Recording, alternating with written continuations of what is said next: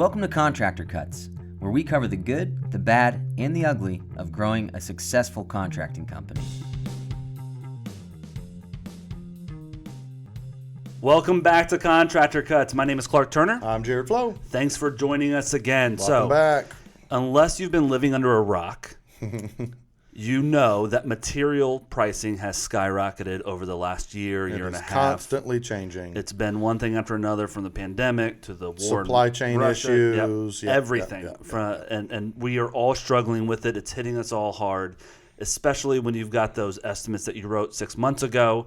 Or you started the job 6 months ago and you're just now doing one of your larger purchases for materials. Well, and with gas prices going up as they are right now, materials are going to keep going. Yeah, it's not stopping. Yeah, it should level out. It should come down. I don't want to go too much in the weeds, but I know that the builder supply is they're slowing down purchasing because building homes are starting to kind of level out. Right. But and that should kind of regulate and keep the pricing around where it's at. But moving forward, what do you do when you're stuck with a quote where you quoted pricing with your OSB at $50 a board and now you're buying it for $100 a board, right? How do you manage that? What do you do, and how do you stop from getting totally railroad? Without making the client incredibly angry? Yeah. I mean, most of us are in a situation as a general contractor where I either take it and have to come out of pocket for all of the money, or I make my client extremely angry, right? Yep. Because they're trapped in it. So what do you do? What are your options to keep your reputation and protect your money? Yeah. So today we're talking about that material escalation and how to deal with it. So what we're going to do, there's many ways to deal with it. We're just going to explain how we do it, how we've talked with our clients and our general contracting company, and how is it normally done? What are most contractors doing? So most contractors are reactive, right? So they sit down. They finally got their first day in the office in 14 days, and they've been out in the truck running for a month and a half, and they finally sit down, whatever it is. They pull up and they're looking at how much they spent. They're adding up their receipts. They've got them all in a folder. They're looking through their receipts, adding it up, and they say, "Oh my goodness, I spent $10,000 over what I budgeted for this job." So now we are done with the job, almost done. We're at the 95% mark. I'm only going to make $9,000 profit on this job, and it's a $180,000 job, and I'm going to make $9,000 for the last 6 months of my life. Right. I can't do that. Right. I can't eat that cost. So the client has to eat it. I'm going to take these receipts. I'm going to go to my client. I'm going to say, hey, we spent 20 and I had budgeted to spend 8. And so we're $12,000 over. So I need $12,000 more. Yeah. Which on the client side, it's very easy for a client to feel like, well, you overbought, or you bought the wrong thing, or you didn't manage your stuff. You're the professional. Didn't you know this information? Why is this? Why do you want me to come out of my pocket for this? Yep. And so you bring that to your client. They get so angry. They feel it's a bait and switch. They feel like, well, you should have known that. You should have let me know before spending my money. And it's this tug of war. Well, and then the contractor gets into this place where the customer's like, dude, I'm not going to pay that. Well, I can't finish your job until I get paid for the stuff that I've spent. Well, you don't finish my job, I'm not going to pay you anything else. Right, and it just becomes this huge debacle. Yep. It's a huge problem. So reputation's lost, and most likely money's lost. Yeah. Right, and so that's been the norm for most contractors. And so the way we do it is opposite of that. Yeah.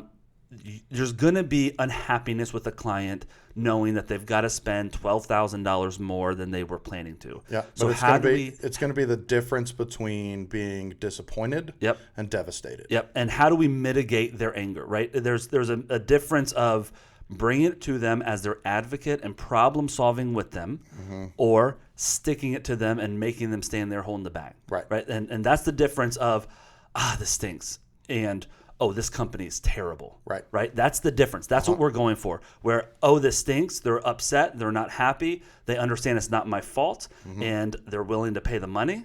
I save my reputation, and I get paid. Well, and versus the other way. If you're doing it the other way, and you're also one of your other struggles is you're having pipeline issues, that you're just always struggling. Do I have enough work and whatever? We are giving you a secret into why. Yeah. Because there's the reputation, the word of mouth. That is how contractors get more clients. So we're going to tell you exactly how we do it, how to mitigate the anger and the disappointment on your client side. And it all starts with everything. I feel like we preach it in every. It starts with being proactive, not reactive. Yep. It is all about organization, having everything organized and tracking and using software and knowing when I'm going to spend what and how much I've budgeted for it, right? So if you're not doing all of those things, there's really difficult to do what we're about to say. Right. If you have an organized method for your job costing, looking at your estimates, having a software that's tracking materials, a plug for our software, as you're spending materials, you plug them into QuickBooks. We go into QuickBooks, we pull all the materials by job. So on your job page in the software, you can see exactly what you've spent, where you spent it, how much you spent it, what day you spent it, and it's all tracked inside of that job. and if you've overspent. And if you overspent, there's a big red number at the bottom of your job card that says, hey, you budgeted $8,000 for materials. Currently, you've spent 12, right? So you can see what's being spent before you spend that last $8,000-$9,000 on the next purchase.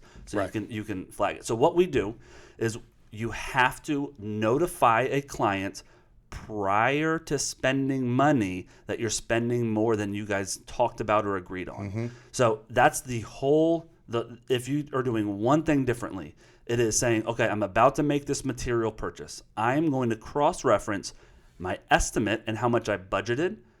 If you've written it out, that's the important part. But if I've got it written out, how much I'm budgeting, because our software has it line by line, budgeted amount of money that you're spending on materials. Mm-hmm.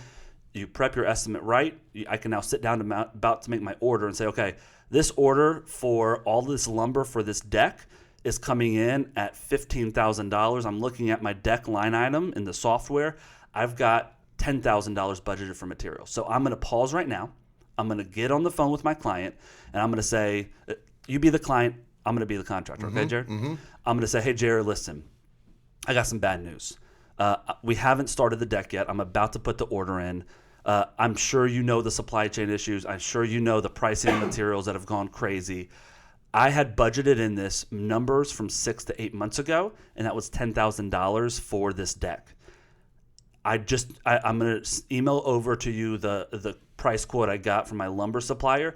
It's at $15,000. I checked 2 different suppliers. This is the set rate right now. So we need to do a change order for $5,000 extra to do this deck the way we planned it. So I'm not doing a bait and switch. If you don't have that extra $5,000 to get exactly what you want, let's figure out a way to find it somewhere else. So yeah, I mean, I've maxed out my budget. I don't have that extra money. Okay. What are my options? All right. So we can maybe make the deck a little smaller. We can do the deck without a set of stairs. We can minimize the what we're doing on the project. We're also doing the front door that we're replacing. We can save $1,000 by using a cheaper door than what you selected. And so what we can do is figure out how to get what you wanted to spend down into your budget, or you can spend extra money. It's right. Your choice as a client, right? And so by doing that, let me talk to my wife about that door. Yeah, that's absolutely right. But by doing that, 9 times out of 10, the client's going to be like, fine, just spend the extra $5. That's fine. I get it. Yeah. And so I've brought it to them. They had the choice to spend that money or not. That is all that matters. They don't, but they don't feel pinned in a corner. They are not pinned. You've not made the decision for them to spend their money without their approval, right? And so by bringing it to them ahead of time and saying, listen, this is what's going on. I'm going to be totally transparent with you. I'm advocating for you, and I'm a leader on this job site, and I'm going to communicate, right? Our 3 things in our core values: communicate, advocate, lead. If I'm doing all 3 of those, they can be upset. They're like, I don't have that money. I know. That's why I'm bringing it to you, because I don't have it to spend on this job either. Right. So let's figure this out together as a team. Well, and devastating in that space is I went ahead and spent the money because the customer wants this deck. It is what it is, and I'm just going to tell them, hey, here's your extra cost. Well, they've budgeted out their money. They have a max amount that they can spend, but later on in the year, they were taking their family on a vacation that's going to cost $4,000. Yep. And now that extra $5,000 coming right out of the vacation. Hey, we're just not going to take a vacation. If we want this deck, it's just what it is. And they're angry, they're frustrated, they lost a vacation, and they have no options. And they think you did this on purpose. And the truth of it is you were unorganized. You didn't know you were spending that. You were just buying as you needed. and now you're looking at it after the fact. And for them, this is an aggressive move by you. Yeah. This is you trying to come steal their money. And for you, it's like, I didn't even I didn't realize it was so much. Right. Well, and why do contractors not take the time to do that? And I think when they're looking at it and you're running and gunning and you've got 3 or 4 different jobs going, you got guys calling you all day long, you're behind on estimating 4 different jobs. I don't have an hour to spend diving in and figuring out what my materials cost are now. But the reality is that if you do it and you do it well, the additional money that the client is going to approve for you, it's paying for that time. Yeah. You're getting $1,000, $3,000 extra because you spent that time. 1 hour. Right. Yeah. You spent 1 hour to dive in, get a quote from this supply company and this supply company and see if there's a better place, better options. Mm-hmm. It took you an hour, but you either gained reputation minimum, and you didn't gain any extra money because the client says, hey, let's come up with some different options. I don't want to pay any more money. Or you didn't have to eat the extra cost because you didn't do it rolling into the job in the middle of it, right? Yep. So that hour feels like I don't have time for that. It is what it is. It's the client's responsibility to cover the cost of materials. I'm just going to tell them what it is. You lose reputation, you lose money. Yep. All you had to do is spend an hour of time doing the research, and you come out better on the other side of it. So the contractors, I've got 2 minutes stuff going on to sit down and do that. That's their answer. Yep. The truth of it is, do one less job. Mm-hmm. Take the time to sit down and prep these jobs and go through them and proactively look at material costs and purchases before you make the purchase. On the jobs, you go from maybe running 9 jobs to 8 jobs or 6 jobs to 5 jobs.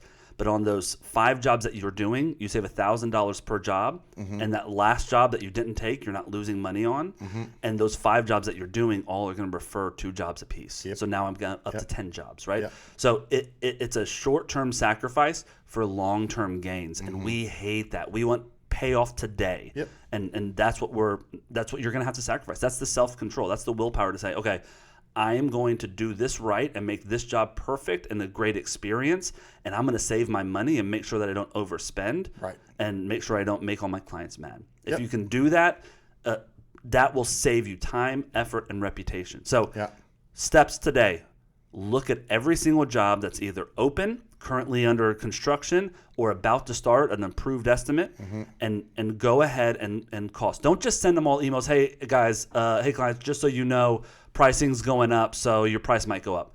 As soon as you do that, you're opening up the loop in the client's head, like, go up like $500? Am I going up $5,000? Is it $20,000? How much? What's my change order? What are you talking about? Why send that to somebody if you do the research on their job and it doesn't change? Yeah, and so I'm going to look at the job. I'm going to say, okay, this I bid this deck. This is the old price. This is the new price. I'm going to send Jared an email and say, hey, listen, Jared, I know we just discussed this on the phone. I just want to lay this out. We quoted the OSB at $50 a square foot.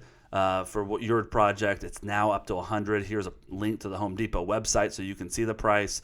I'm going to have to do a change order for this. I'm just letting you know your total out-of-pocket cost is X, Y, and Z. Right. And that way, it is spelled out for them, and they know exactly what the damage is going to be, and they can roll with that. Yeah. So I think one more final thing. Yeah. At the rate that there is inflation and changing in materials right now, by nature of just the economy we're living in, if I've got a job, a big job, a $500,000 job, one that's going to take me a year or more, there's a possibility that during the job, my estimate was right at the front end, but in the middle of the job, it changes. Yep. Like it is what it is, and I think. There's 2 pieces. One, we've kind of already said, before you make the purchase for the material for the next thing, have the conversation. But I think the prerequisite, the pre-setting it up as you're having the conversation with the client before you even start the job, having the conversation and letting them know, I've done my best to give you the closest estimate that I can, but I can't forecast the next 6, 8, 10 months. Yep.